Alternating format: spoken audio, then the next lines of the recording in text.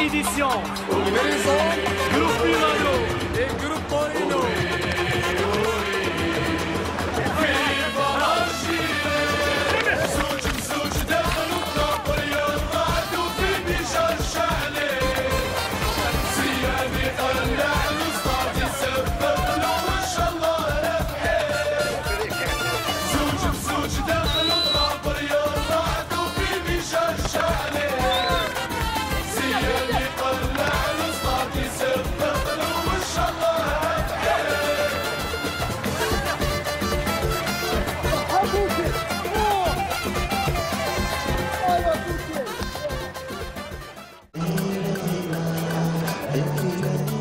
Rafik Saïfi en tête du cortège.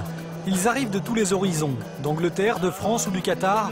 22 joueurs en mission pour tout un peuple pour renvoyer 24 ans après l'Algérie en Coupe du Monde. Quand tu arrives à l'aéroport, tu as un accueil comme ça. Hommes, femmes, garçons, des vieux, des vieilles qui prient pour toi. Ça me donne la chair du poule. Surtout quand tu arrives comme ça, tu dis franchement, je suis obligé de me défendre pour mon pays sur le terrain. Je donne le maximum. Une semaine pour préparer le match face au Rwanda, mais quelques minutes seulement à Saïfi pour prendre le pouls du quartier où il est né. Je suis très fier et très content. Alhamdoulilah. Toute l'Algérie là.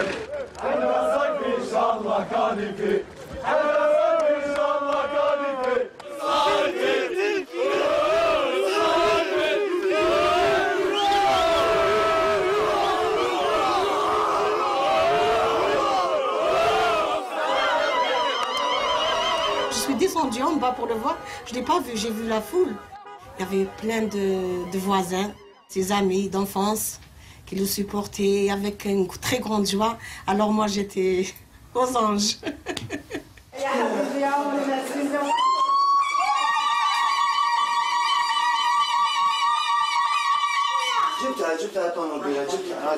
On ressent un truc où on ne peut pas l'expliquer. C'est plus fort que nous.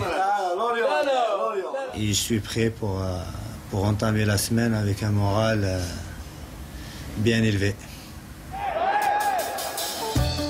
Rafik Saïfi, c'est le grand frère de la sélection. Ses cadres, Ziani, Mansouri, Belhadj, ont grandi en Ligue 1.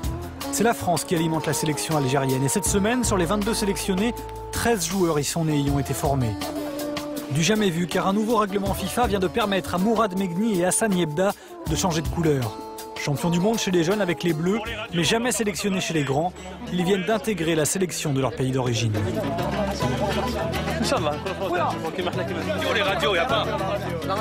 Alors, il y a bien une première réaction à ta convocation à l'équipe nationale quand tu l'as reçue. Je suis fier d'être ici. Moi, je ne veux pas dire que j'étais surpris parce que voilà, c'était déjà fait un peu avant. Les joueurs, je les connais tous déjà avant. Je connaissais Karim Ziani, Belhadj. J'ai déjà dit que je suis disponible, bien sûr. Ouais, c'est marrant parce qu'ils posent 50 fois les mêmes questions, mais c'est normal. Je suis nouveau, donc voilà, ils posent beaucoup de questions sur l'intégration, etc. On va les aider, mais je ne sais pas comment. Mais la preuve, ils sont déjà, c'est eux maintenant qui nous aident. Et maintenant, il reste encore, je pense, à partir de demain, il faut rentrer dans le match et se concentrer. Parce qu'il y a trop de médias, il y a trop de pubs, tout ça. Maintenant, il faut baisser un peu le rythme. L'autre secret de la réussite actuelle, une organisation quasi sans faille. Voyage en première classe, encadrement professionnel et surtout hébergement loin de la folie algéroise, à l'hôtel du centre militaire de Beni Messous, Xueux, mais fermé à double tour.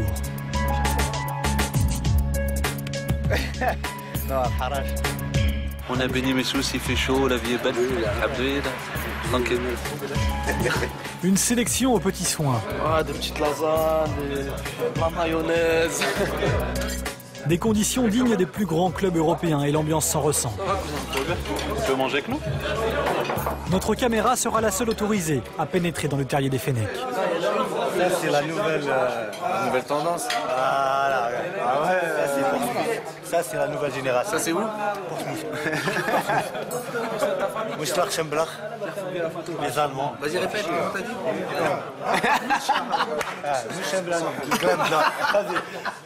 Redis-le. Mönchengladbach. Ah, tout doucement, non, redis-le vite. Toi, dis-le. Voilà, tu vois. Voilà, c'est ça. Les Algériens d'Europe, les immigrés comme on dit au pays, et les gars du bled, aujourd'hui tout le monde se mélange. Une intégration enfin réussie amène les bons résultats, Je t'aime, maman. car tout le monde y trouve son compte. Au début, on regarde d'un mauvais œil, mais après, quand on voit que les résultats sont positifs, en fait, on s'aperçoit que c'est nécessaire aussi. La plupart des joueurs qui évoluent en équipe nationale et même la plupart des titulaires, excepté moi qui joue à Sétif, mais j'ai été formé à Lyon, sont formés en France, quoi. Au niveau football, c'est intrinsèque, il n'y a pas une grande différence. Mais c'est au niveau, on va dire, intelligence dans le jeu, au niveau tactique, où on sent que certains joueurs ici ont quelques lacunes, en fait, qui est dû au fait qu'ils n'ont pas été formés, on va dire, dans certains centres de formation.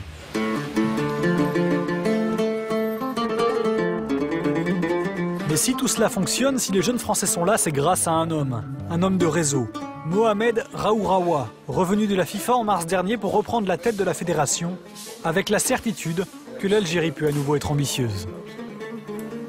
Le jour de mon élection à l'Assemblée générale, j'ai dit que mon objectif était la Coupe du Monde et c'est devenu l'objectif de toute l'équipe technique. Je pense qu'au départ, ça me semblait difficile. On s'est amélioré énormément, la fédération est devenue beaucoup plus professionnelle parce que ce n'était pas le cas il y a une année de ça. On n'était pas dans les mêmes, on était dans des hôtels de 5 étoiles, mais qui étaient ouverts à tout le monde. Tandis que là, nous sommes dans un cadre fermé où on peut avoir le maximum de concentration, d'autant plus que maintenant la notoriété de l'équipe nationale a dépassé ce qu'on pensait au départ.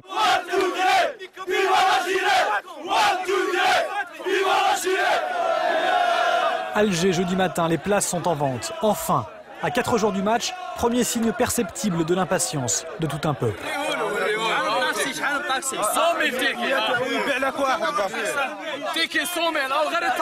Est-ce que tu as ton ticket? Oui, j'ai un ticket. Depuis 4 heures du matin que je suis ici. Et alhamdoulilah, j'ai un ticket. Et vive l'Algérie. On sacrifie. On fait tout pour l'Algérie. 24 ans que l'Algérie attend de revivre cette émotion. Chanter son hymne pour une Coupe du Monde avec les Madjer, Kourichi, Belloumi ou Daleb. La dernière, c'était en 86. Mais celle qui a marqué l'histoire à jamais, c'est 82 et la victoire face à la grande Allemagne de l'Ouest. Je pense que c'était l'âge d'or du football algérien. Nous dominions le football au niveau africain. C'était une fierté pour toute l'Algérie. Je crois que maintenant, une qualification Coupe du Monde, ça compte beaucoup. C'est très important. On est des dieux, donc c'est pour ça qu'on ne peut pas les décevoir. Et je pense que nous, quand on avait joué en Espagne en 88, quand on a battu l'Allemagne, l'Algérie était tout en folie. Mais tout le monde a participé. Il n'y avait pas que les jeunes, il y avait les vieilles dames avec leur voile et tout ça. Tout le monde a participé. Il y a des équipes qui marquent et l'équipe de 82 a vraiment marqué le football algérien et je pense que celle-ci était capable de faire autant. La nouvelle génération face à son histoire et celle du foot algérien. Grosse pression en guise de transmission du flambeau. On va faire un match, les nouveaux contre les anciens. On va les exploser. Il faut que vous fassiez un truc genre merci en groupe. C'est-à-dire merci à vous les anciens de nous transmettre le drapeau. D'accord? Action! À l'occasion d'un tournage pour une publicité, un opérateur de téléphonie a réuni les joueurs de 82 et ceux qu'on appelle déjà leurs successeurs. Ça c'est superbe. C'est bien. Mais attention, le succès enivre. Depuis 3 mois, les joueurs sont partout, en 4x3, sur les abribus, ça rapporte. Les recettes de la fédération ont été multipliées par 10, un pactole bienvenu, car le socle reste très fragile. Peut-être le déclic, si une politique hardie est suivie derrière une qualification, Inch'Allah, en Coupe du Monde.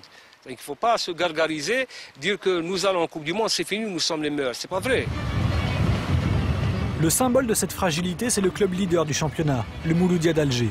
Son entraîneur, le Français Alain Michel, doit composer entre instabilité chronique, errance et gaspillage. À l'arrière du grand stade du 5 juillet, c'est là que le plus grand club du pays tente de travailler. On a réussi à coloniser ça. Bon, on arrive à avoir le terrain tendu. Bon, il faut de temps en temps de marquer un peu plus, mais bagarrer pour aller pour le tracer, pour le reste. Mais bon, l'endroit est pas trop mal, il y a des grillages, bon, le cadre est plutôt sympathique. L'an dernier, il y en avait un autre là-bas, vous voyez peut-être en passage, c'est un terrain d'athlétisme. Mais bon, le terrain était un peu pourri, il y avait beaucoup de trous, donc on laissait quelques chevilles de temps en temps.